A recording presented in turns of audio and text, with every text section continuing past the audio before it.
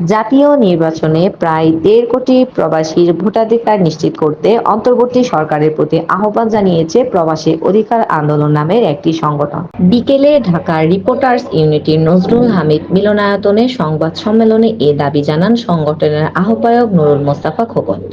সংবাদ সম্মেলনে নির্বাচন বিশেষজ্ঞ ডক্টর মোহাম্মদ আলীম বলেন, দেশের অর্থনীতিতে যেহেতু প্রবাসীদের ব্যাপক ভূমিকা রয়েছে, সে কারণে দেশের নির্বাচন ব্যবস্থার মাধ্যমে কারা জনপ্রতিনিধি হিসেবে নির্বাচিত হবেন সে ব্যাপারে প্রবাসীদের মতামত নিতে হবে।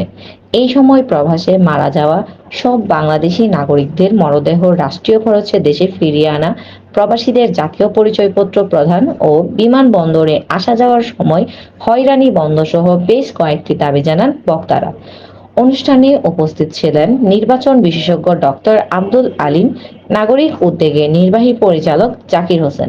দেশে কর্মক্ষেত্রে প্রবাসীদের নানা ব্যস্ততা থাকায় তারা ভোট দেওয়া থেকে বিরত থাকতে পারেন, সেই জন্য তাদের জন্য অ্যাডভান্স ভোটিং সিস্টেম চালু করা যেতে পারে। প্রথম যে কাজটা করতে পারি, ভারতের মতো একটা পোর্টাল তৈরি করে ফেলতে পারি, যাতে করে যারা বাইরে থাকেন তারা খুব সহজে ভোটার হতে পারেন। নতুন যে কমিশন দায়িত্ব নেবে তারা এটাকে একটা প্রকল্প হিসেবে চালু করতে পারে, যে আমরা আগামী যে জাতীয় নির্বাচন হবে, 13তম জাতীয় সংসদ নির্বাচন, সেই নির্বাচনে প্রবাসীদেরকে যে 1.5 কোটি ভোটার তাদের ভোটাধিকার নিশ্চিত করার জন্য একটা দীর্ঘমেয়াদী একটা পরিকল্পনা গ্রহণ করা।